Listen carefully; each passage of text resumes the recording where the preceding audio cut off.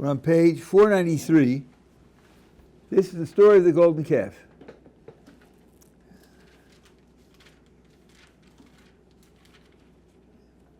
It's widely believed that the story of the golden calf is a story of national idol worship. That the whole of the Jewish nation worshipped an idol. What I propose to do now is to go through the story twice. First of all, I'm going through it just with the literal meanings of the words. I'm not relying on any commentaries, unless they're the ones who reveal what the real literal meaning of the words is. And as we go through to ask, does the text support or contradict the idea that it was national idol worship? There are lots and lots and lots of other things in the text that are very interesting. An infinity of things that are interesting. My interest this afternoon is only to go through with that in mind. And we will make note of the various portions which seem to support or contradict the idea that it's a national idol worship. And then I'll take you through a second time to explain to you how to understand positively what it means.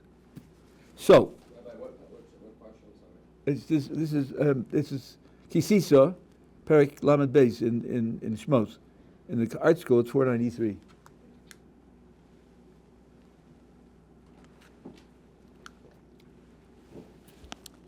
Chapter 32. The people saw that Moses delayed in descending the mountain, and the people gathered around Aaron and said to him, "Rise up, make for us gods that will go before us." So the reader says, "Oh, Rabbi, it's open and shut. It's over. We don't have to go any further than here. It says, make for us gods." End the story, right? Well, maybe yes, maybe no. Yes, mark it down on the side of the text that support national idol worship. By all means, mark it down over there. And let's keep going. Make for us gods that will go before us. Gods that will go before us. You're now inventing an idol to be worshipped. Is that all you want? How about victory in war and long life and health and productivity of your crops and so on and so on? Just that will go before us? That's all? It's a little odd. Okay, put it down on the odd side. Why are we asking you to make for us gods? Here's the reason.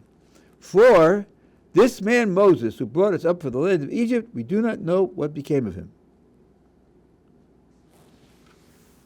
Let's see, we're getting this right? We don't know what happened to Moses, therefore let's get a new religion? I mean, is that an obvious transition? Every time the king dies, you change your religion? Let's see, did they worship Moses maybe? And thinking that Moses is missing, therefore they've lost their gods? How do you know they didn't worship Moses? What did it say on the page? This man, Moses. They're very specific about it. You and I know Moses is a man. No, they know he's a man. This man disappeared, and therefore get us new gods. I suggest that there's a problem here. If you think of this as national idol worship, as creating a new deity to worship, the text is difficult in two ways. Number one, all you want from it is to go before you. Number two, the trigger for the new deity is Moses disappeared. Okay, Aaron said to them, remove the rings of gold that are the ears of your wives, sons, and daughters, and bring them to me. People brought them, so to speak, they didn't. And that's very interesting, but not for us. He took it from their hand, bound it up in a cloth, and fashioned it into a golden calf. Now, they said, and if I would translate the Hebrew here, because the Hebrew here is exactly the same Hebrew on the top line, where it says, make us gods, here it's the same word. So your translator, with his back to the wall, made the top one plural and the second one singular. But it's the same word, so we're following the same translations. It ought to be, these are your gods, O Israel, who brought you up from the land of Egypt. This half verse, this one sentence, they said, these are your gods, O Israel, which brought you up from the land of Egypt, has three problems. First of all, who's the they? Who's they? Up until now, we had the people and Aaron. Here, this they is speaking to the people. This is your God, O Israel. So apparently there are two groups. We'll have to figure that out. And then, of course, if it's plural, they only made one calf. So why would it be plural? And, which brought you up from the land of Egypt, they just manufactured it now. Hello, they're 3.5 months out. What do you mean this brought you out of Egypt? Okay, so there are 3 problems here which need to be thought about. Verse 5 is a bomb. Watch this. Aaron saw, built an altar before him or it. Aaron called out and said, a festival for Hashem tomorrow. Who's Hashem? Hashem is the God of Abraham, Isaac, and Jacob, the God of Moses. If this is getting a new religion, calf worship from Egypt, as some of our friends, historians and anthropologists want to suggest, how can he say that tomorrow we're going to have a festival for the God of Moses and Abraham, Isaac, and Jacob? That doesn't fit at all. And he said it publicly. He called out and said, it wasn't a private meditation. Why didn't the very same people who said, make for us gods, kill him? Do away with him. Go to somebody else. He's cheating on the project. Okay, they arose early the next day and offered up elevation offerings, peace offerings. People were sat up to eat and drink, and they got up to revel. Hashem spoke to Moses, go descend, for your people that you brought up from the land of Egypt, there's something to say about that, but I don't know, has become corrupt. Okay? They've become corrupt. They have strayed quickly from the way that I have commanded them, comma, not period. They have made themselves a molten calf, semicolon. That's where the sentence splits in half. Punctuation here is incorrect. Okay? So the first thing they say is, they strayed from the path which I commanded them, they made themselves a molten calf. And in the Hebrew, they prostrated themselves to it and sacrificed to it. And they said, and this is the same Hebrew again, these are gods of Israel, which brought you up from the land of Egypt. Okay, I have a piece of analysis that we have to do together to understand this verse.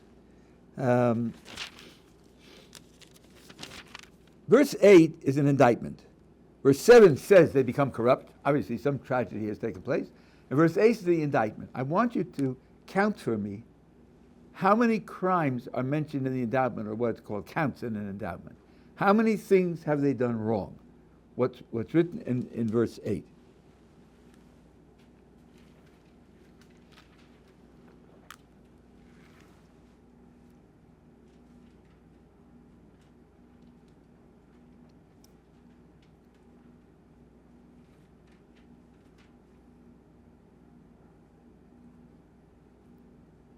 Okay, I have a 5 over there. Any other numbers? Or does everybody agree that it's 5? Sorry? I didn't find the 5th, I found 4. Okay, he has 4. Okay, so let's hear that. You say the 5 that you found, and then you tell us which one of his, what he found you didn't count. Okay, in verse number 8. Yeah.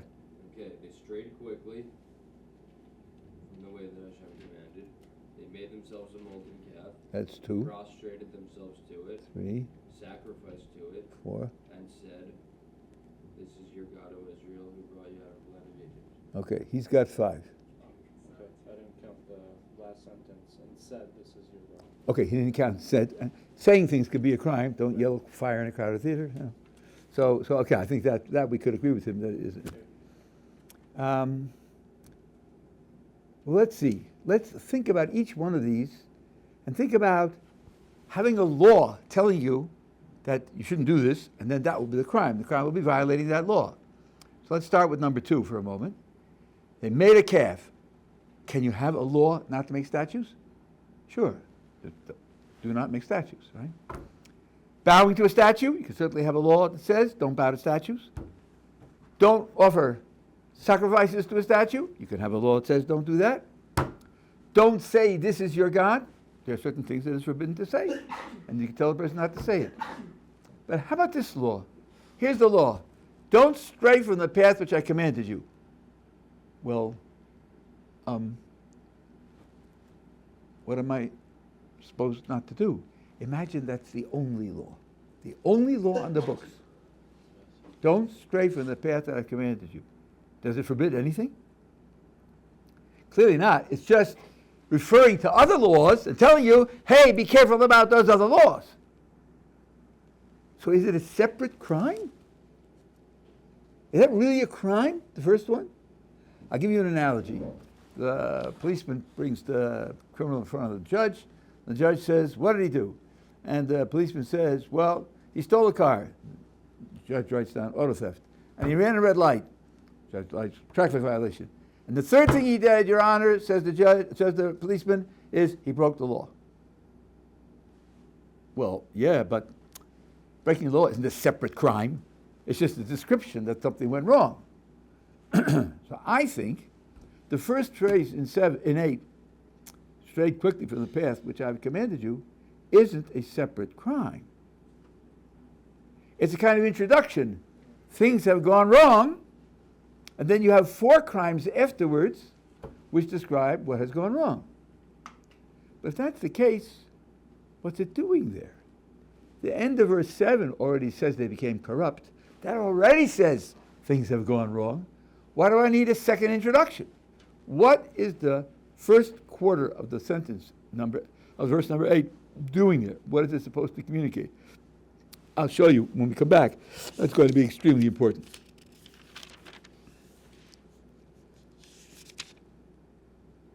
Okay, now there's more material here, and some of it could be made relevant, but it would take too much time. So let's skip to page 501.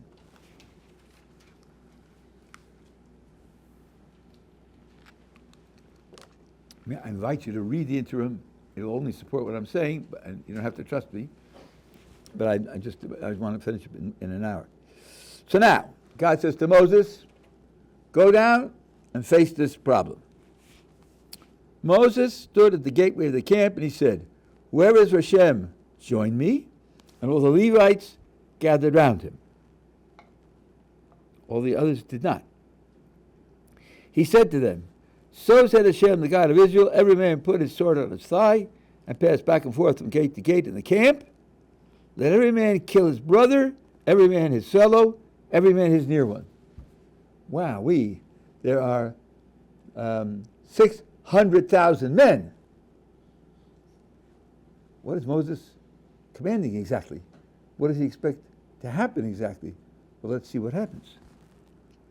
The Levites did as Moses said, and about 3,000 men of the people fell that day. Here the question leaps off the page. If this is national idol worship, every Jew worshiped the idol. How did you pick out these 3,000 to execute and nobody else? 3,000 out of 600,000? Do the math. It's a very, very tiny percentage. Somehow, these 3,000 must have done something drastic that the rest didn't do. So drastic that they deserved to die and the others didn't. Now, someone who knows the text will say, Rabbi, listen, don't leave things out. Look down at the bottom of the page, verse 35. It says, then Hashem struck the people with a plague because they had made the calf that Aaron had made. There was also a plague. Oh, yes, there was. And the text doesn't say how many people died. True, but we have a census in the text before this incident and after this incident, and they're almost identical. So it's another few thousands. To just invent a figure to make it something to talk about. Let's say there's another 1,000, so 10,000 altogether died. 10,000 out of 600,000. So what leaps off the page is, what is the difference between the 10,000 that died, 3,000 at the hands of the Levites, and by the way, they're all men. Because it says men of the people, no women. And then the 7,000, and what about all the rest, the 99%, who didn't die? Now, one more piece of text here, which is crucial for us. Start with verse 30 in the middle of the page. On the next day, Moses said to the people, "You have committed a grievous sin, and now I shall ascend to Hashem. Perhaps I can win atonement in the face of your sin. Maybe Hashem will at least not punish you immediately." Moses returned to Hashem and said, "I implore," that means I beg you, "this people has committed a grievous sin, terrible, terrible sin, and made themselves a god, or gods of gold. And now, if you but forgive their sin, then I'm happy. If not, erase me now from the book that you have written." And God says to Moses, "Don't tell me how to write my book." Now, what's going on here? Moses is sort of like a defense attorney. He's coming before the judge, and he says, "Your Honor, my client is guilty. He's guilty, but look, don't punish him. Don't punish him. I'm asking you to pardon him." What is he guilty of? Well, they made it. Gods of gold. Shouldn't do that. That's really not a good thing to do. Right. But actually, verse 8 had other things in it besides that. In addition to making the statue, they bowed to it, and they offered sacrifices to it, and they pointed to it and identified it as the God that took them out of Egypt. What about all of that? Is Moses not asking for atonement for all of those, just for making it? Let me ask you intuitively, what's worse, making an idol or worshiping it? Is that a hard question? Worshiping it, isn't it? See, here they made it and they worshipped it. Why would Moses say, "Please pardon them for making it, but leave worshiping again on the books"? Why would he do that? Makes absolutely no sense. Well, worship was killed. Well, okay, you're starting with answers now. I said we're going to go through it once. Just these questions make it very difficult to understand the verses if you start with the assumption that the story is a story of national idol worship. By the way, what I'm telling you now, the main commentators, Rashi and the Ramban, and Ezra, many Achronim, all of them say the same thing. You have to read all of the Rashis, not just one or two here and there, but you'll see that this is all agreed upon. So, the first thing to say is that, just as he said, the 10,000, that's the 3,000 killed by the Levites, plus there are invented 7,000 that are killed in the plague, were died because they worshipped it as an idol. They really worshipped it as an idol. All the rest of the 600,000 men and all of the 600,000 women took the statue as a replacement for Moses. Whatever role Moses had in leading the people, they took the statue as a replacement for Moses. They didn't worship Moses when he was alive. They didn't worship the statue when they took the statue to be his replacement. So what the text is telling us is there were two groups. There was a tiny group of people who actually did worship it as an idol. They died.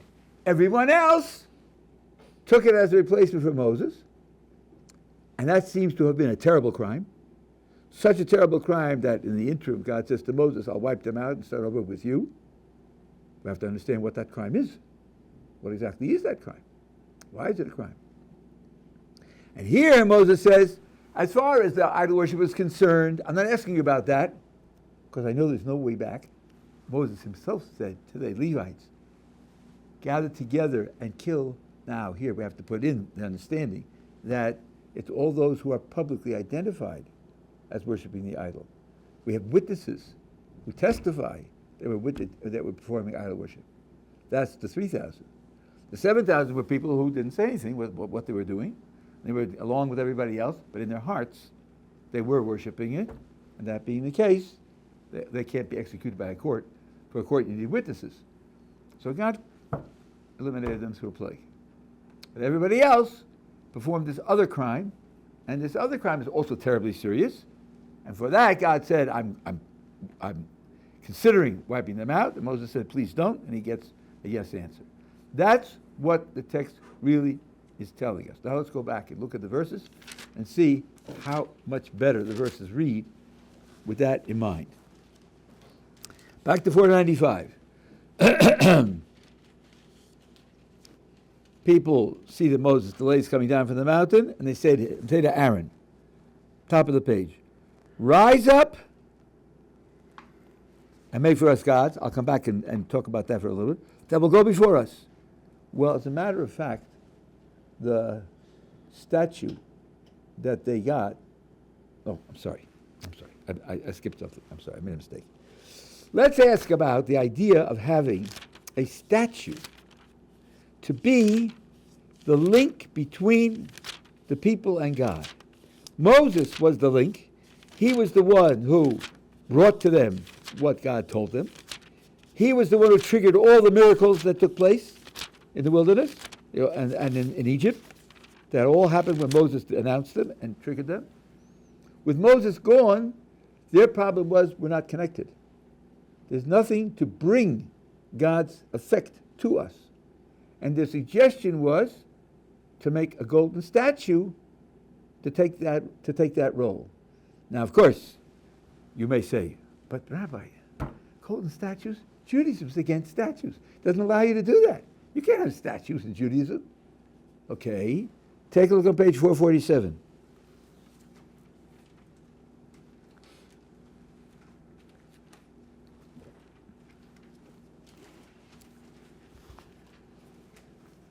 Golly, a picture is worth 1,000 words, hey?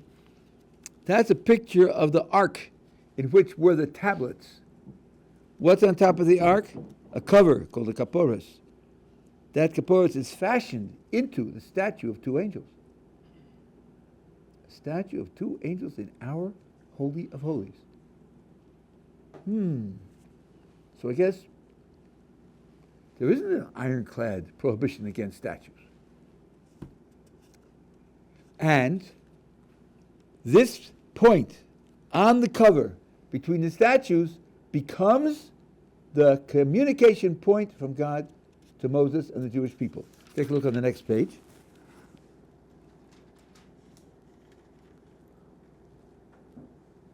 Verse 21, 6 lines down. You shall place the cover on the ark from above. Into the ark you shall place the testimonial tablets that I shall give you. It is there I will set my meetings with you, and I shall speak with you from atop the cover, from between the two cheruvim, the two angels that are on the ark of the testimony.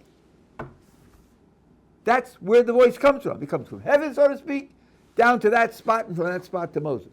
So that cover of the ark becomes the link between God and the Jewish people.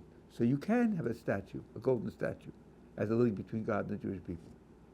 So when they say, we don't have to Moses, so let's have a statue be the link, what they're saying is not impossible. It's not just rejected by Jewish philosophy and Jewish spirituality. In fact, they took a calf, and this is of angels. But it's not that you can't have representative statues, because these are representative statues.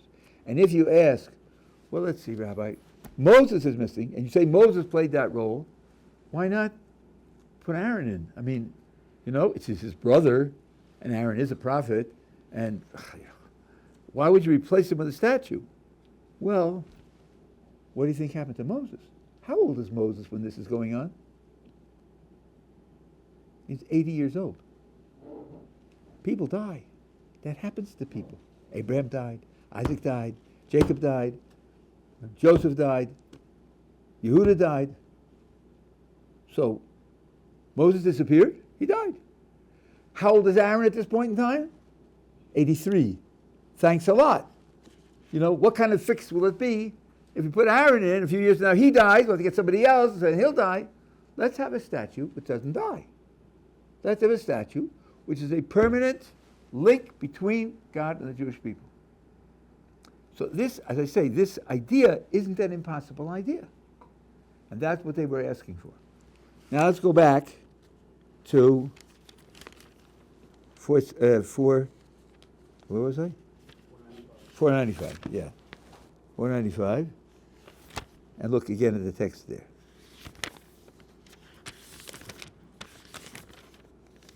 So now, if on the top of the page we understand that we want a replacement for Moses, then, that is to say, a replacement linked with Hashem for Moses, then when they say that will go before us, in fact, the Aaron went before them in the trek through the wilderness. So that's the function that it actually had. And the reason, because we don't know where Moses is, that's why we want a replacement for Moses, because we don't know where Moses is. Moses seems to be lost to us. That fits very well, doesn't it? And then if you skip to verse 5, Aaron saw and built an altar before him, and Aaron called out and said, a festival for Hashem tomorrow?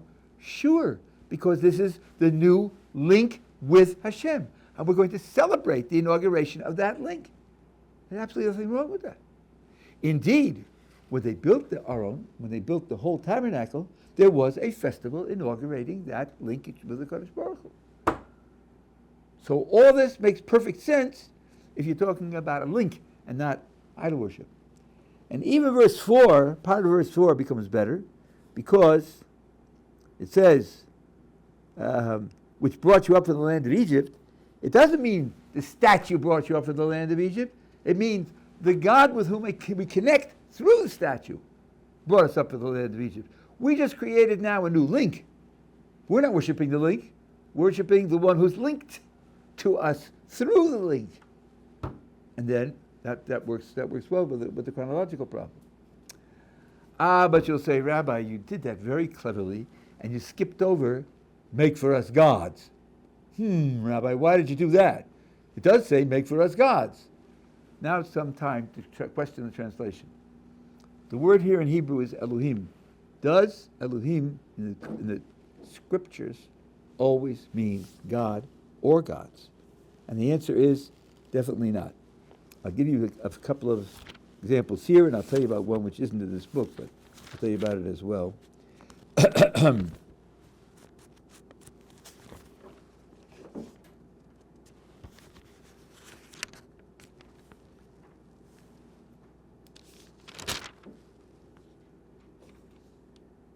Take a look on page 311.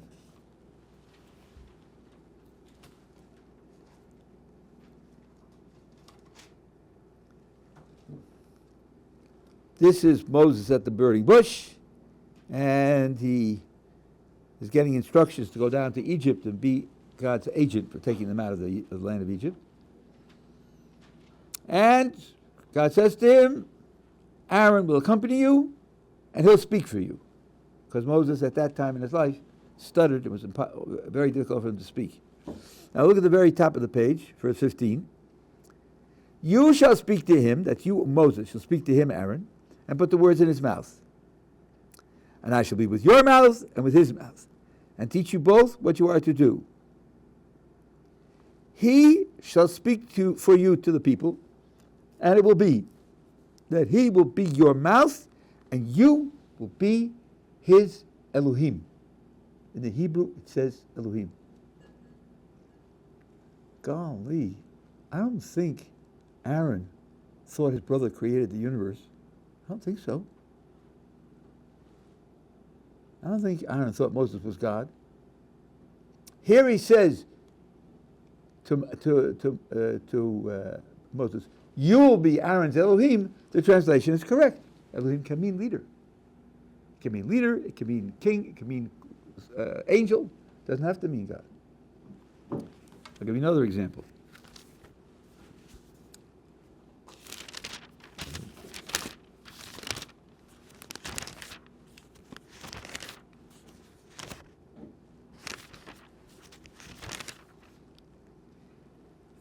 Look at page 429.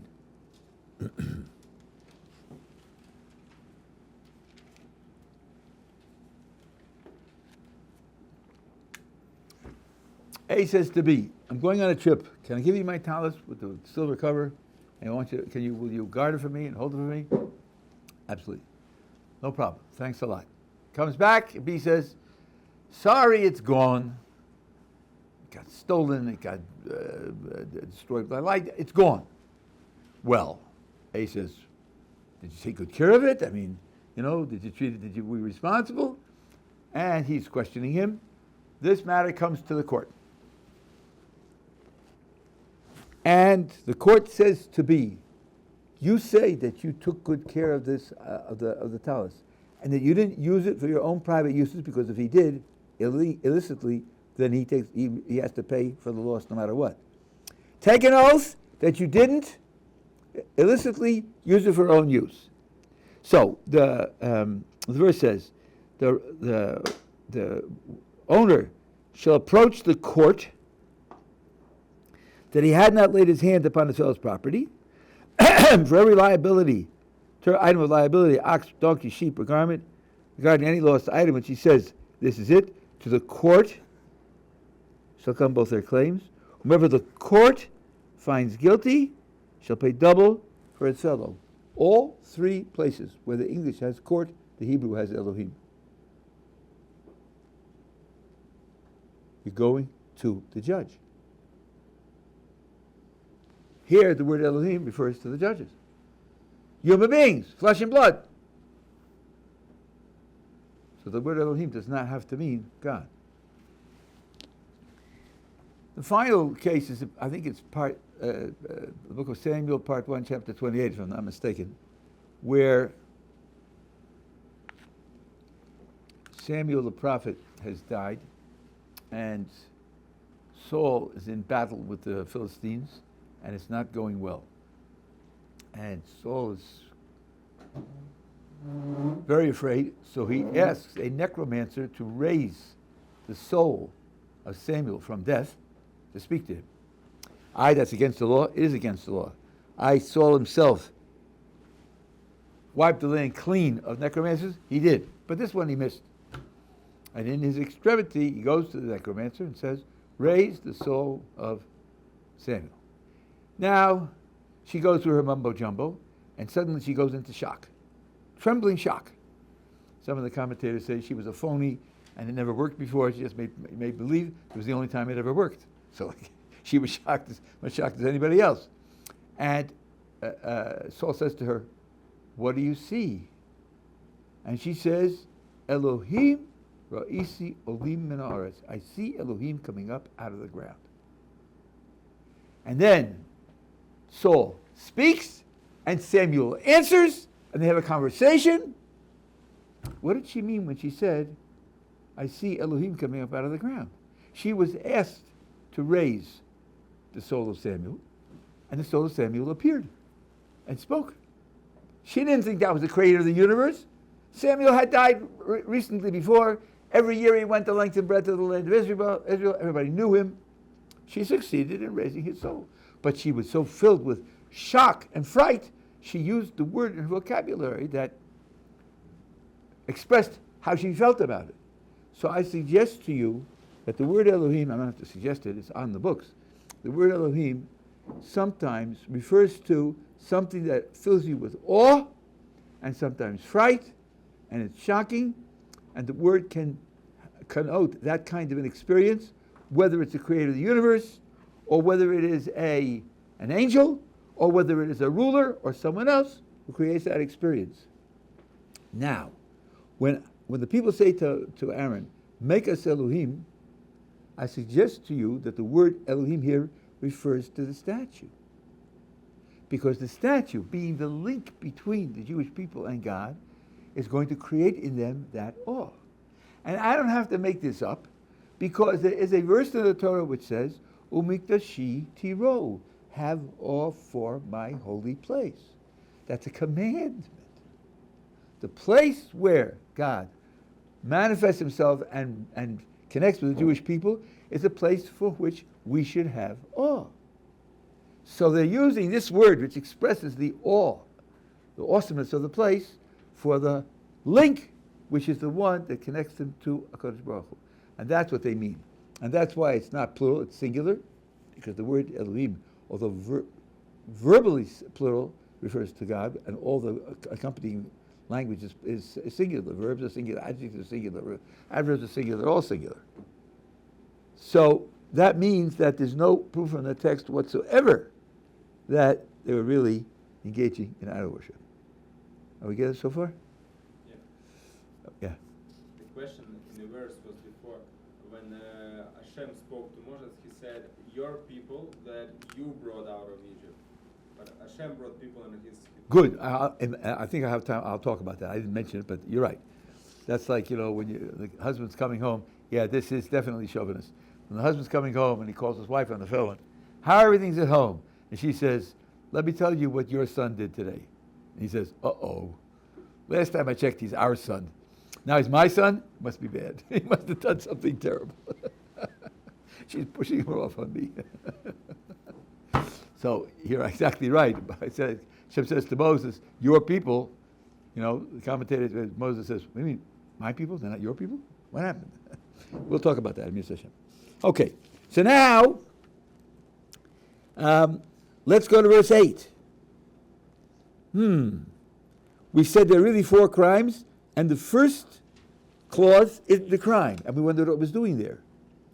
Well now, the second half of the first half of the verse, which says they made a statue, we said we didn't know what the crime was. It isn't the crime of idol worship, it's a crime of making something to substitute for Moses. What crime is that? Well, the first half of 8 explains it. It says, they turned quickly away from the path which I commanded you. Having a statue to stand between God and the Jewish people isn't impossible. But you're inventing a statue on your own initiative is impossible. This is not the sort of thing that you make up. Here you have a fundamental philosophical crime. Judaism is not a made-up religion. It's not the fruit of religious inspiration and religious originality and religious imagination and religious creativity. It's an imposed religion. The God who created the universe reveals himself and inserts himself into history and into the lives of a nation, and the function of the religion is to be a focal point for loyalty and commitment and reverence and action. Here, if you're going to create the link between God and the Jewish people on your own, because you had made it up and invented it, you're falsifying a major part of the Jewish message. We don't make things up. Now, at this point, having said that, and since I am a philosopher, I have to admit that there is a little bit of a slap in the face to philosophy here, because idol worship wasn't forgiven. Those who actually worshipped it as an idol were executed right away, some by the Levites and some by God. The philosophical crime is different. Okay. They created a crime, and it's a philosophical mistake, but Moses asks for pardon, and they get a pardon. So apparently, the philosophical crime isn't as bad as the crime of idol worship. So okay, as a philosopher, I have to be prepared to take second place instead of first place. I don't mind. But that's what's going on. The first clause in 8 explains what the crime is. The crime is in the creativity of it, not in the fact that there was a statue. That works out extremely well. Now, okay, so I think this is enough to show you that as we said at the end, Moses asked for a pardon only for the making of the statue, because the people, ones who worship the idol were dead, and the ones who worship the idol were about 10,000 out of 600,000, and no women. That, I think, to me, does away with the idea that this was national idol worship. Now, we said in 4, who's the they that's speaking? And we were just asked in 8, your people in 7, your people whom you took out of the land of Egypt. So let me show you where this is coming from.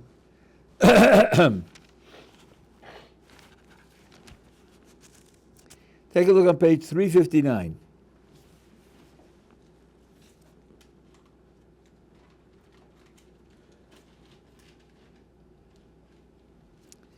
The middle of the page, verse 37.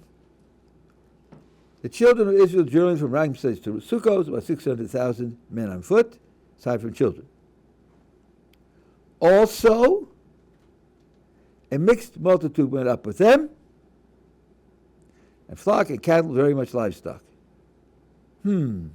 What is this mixed multitude? What is that? Okay. What if I were to tell you that the mixed multitude was animals? Would you accept that?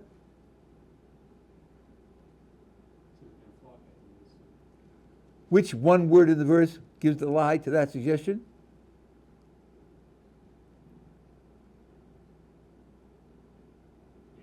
And. There's a mixed multitude and animals. So the mixed multitude isn't animals. The mixed multitude is other people. We weren't the only slaves in Egypt. There are a lot of slaves. Here the Egyptian power is at least temporarily broken. Some slaves made a run for it. And go scuba diving in the Red Sea. And some said, the Jews are on a roll. Let's go along. They have this very powerful God who's favoring them. That's what's called in Hebrew the Erev Rav, which is the words here from the Hebrew, mixed multitude. Now, let's go back to 495. So,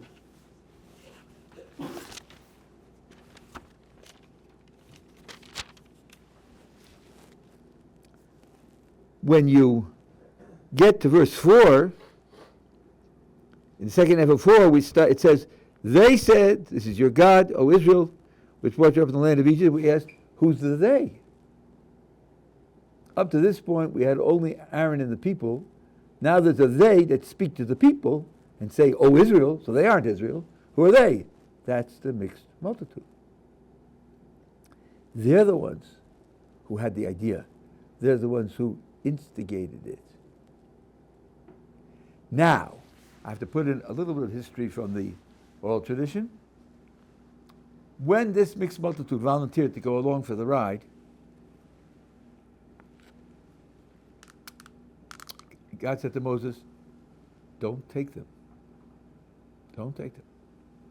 Moses said, they want to join, they want to pledge allegiance. They want to be part of the monotheistic part of the world. Why should I take them? God says, don't take them. Don't do it. And Moses says, why not? After all, it's an opportunity. I told you what my first wife asked about Moses. He didn't take anything didn't take no for an answer, and he pushed his ideas, and he didn't mind having an argument with God as well. So finally, God says to him, okay, you want to take them? They're your responsibility. That's what he means when he says, your people have become corrupt. The ones you brought along, the ones I told you not to bring along, they're the ones who became corrupt. And they led to the tragedy for the Jewish people. So, this mixed multitude had a double agenda. They wanted an idol. They couldn't live without idols. They had no experience with monotheism of a creator who's not a physical object. They had Moses. They had all the miracles going on. Terrific. Fine. Everything's under control. Now Moses disappears. Well, our ancestors weren't stupid when they worshipped the sun, when they worshipped the wind and the moon. Okay, so let's get some gods to worship. The Jewish people couldn't be sold that bill of goods. What? Worship statues? Abraham didn't do that. Isaac didn't do that. Jacob didn't do that. The 12 sons didn't do that in Egypt. You can't sell them that. So to the Jewish people, they sold the idea of getting a replacement for Moses. They wanted it as an idol, but they knew the Jews wouldn't go for that, so they sold them the idea of getting a replacement for Moses. Jewish people said, oh, there's an idea. Moses is God, and we have to be linked to a Kodesh Baruch Hu. Let's use a statue.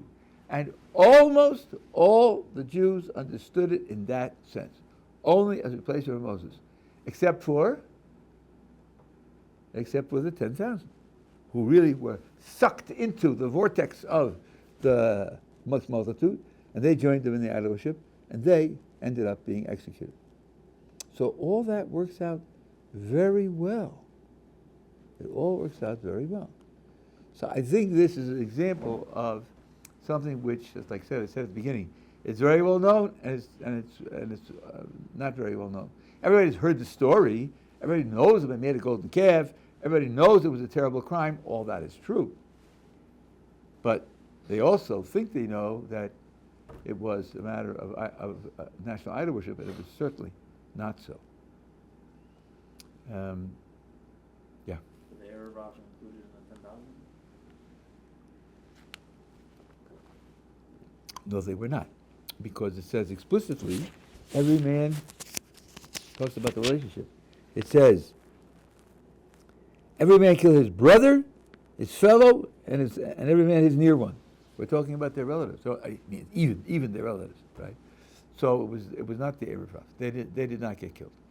What happened to them afterwards is a tricky point. Some say that they disappeared, and some say they didn't disappear. And there are sources that they exist even till today. And one of the things that has to happen in the end game, so to speak, of our stage of history is that a reckoning has to be counted for with them. And, well, I'll leave it there. So that's something where, we have internal strife, and some of the people that are part of the Jewish people are causing the strife. That's something that has to be ultimately rectified. So I hope this sets the case of the golden calf correct. And I hope that this inspires you to do two things. First of all, be cautious.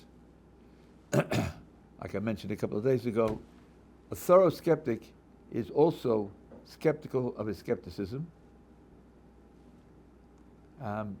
And realize that these texts need careful study. I'm sometimes asked, why is it so hard, Rabbi? Why have to put in so much effort? Why have to strain yourself to be able to do it? And the first answer I give is, so you want a God who just hands out ice cream cones. That's what you want. I guess, so the rest of your life, didn't eat ice cream cones. Well, God didn't create you for that purpose. One of the things He created you for is to make an effort. Right. Do things that are hard. Overcome resistance. Right. There's no question about it. And in this text, He has packed an infinity of information in very many different dimensions. So it was a short text that encompasses a lot. To write everything out would only require 1 trillion pages. Even that wouldn't do it, and that wouldn't be useful for us, because we wouldn't be able to read it and master it. So He wrote it. There's a whole Ramban about this. I'm not going to go into it now, but it does require careful study. And that's why if you dedicate yourself to a regular program of study, whether it's 20 minutes a day, some people ask me, at your age, how many times have you been through the 5 books of Moses, Well, let's see. I guess it's about 60 times.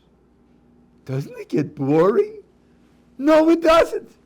Because every week, I would say almost every week, there's something new that I discover that I didn't think of before. Something works out, something works together, something has implications that I didn't realize before, and therefore it never gets boring. And you don't have to do it on your own. You read the commentaries. They tell you things which you also. It's an endless study. Okay, see you tomorrow.